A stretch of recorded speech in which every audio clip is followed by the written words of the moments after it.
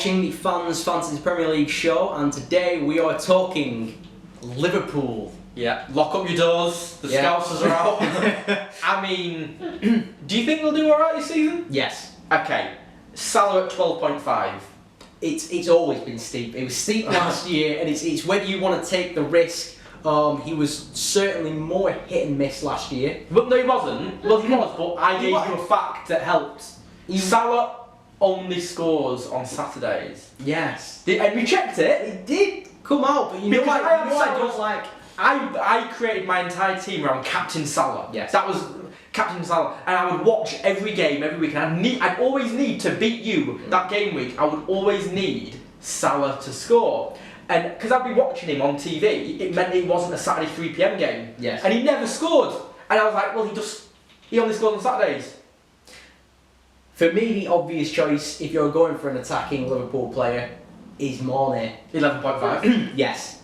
I wouldn't. No? You want to go for Mane? I'd go for Salah for the extra million. It's worth it. I would disagree with that. I think Mane is likely to get assists, likely to get goals. He really shone last year, did Mane. Really came out of his shell, really showed his quality. Of course, you learned. Mane, of course, last year was my triple captain. He was the first week I put him in my team. So basically, what Cameron does is here we go. I'm a thief. He steals and copies. So his big brother had a great FPL team a couple of years back. He robbed off his players. I had a great team a couple of years back. He robbed all my players. He goes online. He goes, oh, what are the experts saying? What are the experts saying? Oh, love me. And he steals everyone's good players. And he basically creates a Frankenstein's monster of the best FPL managers like me's players. He isn't a pound for pound. I'm a better manager than you. Pound for pound. And you finished? I haven't finished. Nearly. People, these are lies. These are fabrications. Filthy fabrications made up by this loser. I had Andy Robertson when he was about 4.5 million 2 years ago for Liverpool. He goes, oh, I'm going to steal him. I guarantee I had Trent Alexander-Arnold and Virgil van Dijk as my mainstay defence pretty much all of last season, and Mane and Salah, right? I guarantee in your team on the opening week you'll have Van Dijk and Trent. I guarantee it. Because you copy. Let's get back onto what we're talking about here. We're talking about Liverpool. There's a lot of options for Liverpool. There really is. You've got Alisson at 6.5. Yeah. He worked wonders for me last year. But Alisson at 6.5, or do you go with Trent or Robbo? Well, at 7. Who can get clean sheets like Alisson? The whole thing is. What assists and goals? For me, there is probably going to be a combination of two defenders and the goalkeeper for Liverpool players. I think the majority of people are going to either have Robertson, Van Dijk, Trent and Alisson. Going to have two of those because Liverpool are notorious, especially last year, for keeping clean sheets. I don't think it'll stick. I think it's all about goals. Incredible last season. I think it's all about goals. And like I say, it's a combination. Van Dijk was incredible in defence. Van Dijk really was. And Trent, he was really scoring the points towards the end of the season as well. And Robertson and Matip are not good defenders.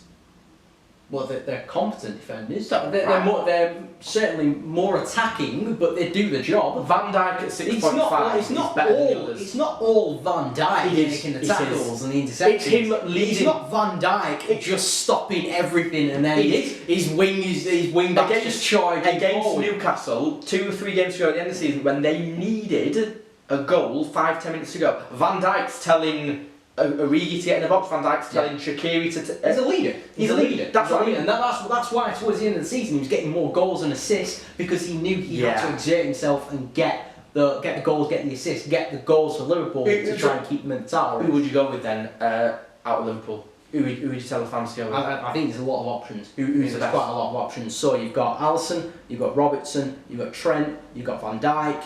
You've got Salah, you've got Mane, and you've even got the outside bet of Milner because he takes the penalties. I know you're not a fan of James Milner. No, Milner takes them. No, if Milner's on the field, Milner takes penalties. But he's awful. He's not awful. He's not awful. Milner's a very good player, very versatile player. At 5 point, I think Milner's 5.5 million, Yeah. something like that. I'd get Origi at 5.5 over Milner. As a budget striker. For me, I think Origi, the Barcelona slayer, as the Liverpool fans have Slayer, the shoulder. Yeah, he turns up, doesn't he? Maybe put him in for the big games. I think he'll keep going. For me, I think he's too unreliable. He's unreliable. He's score. Yeah, it's certainly a risk, especially 5.5. Did you say? 5.5. I think you can get players who are going to be first team names As a striker. For maybe not 5.5, but maybe 6.5. So we said Glenn Murray earlier.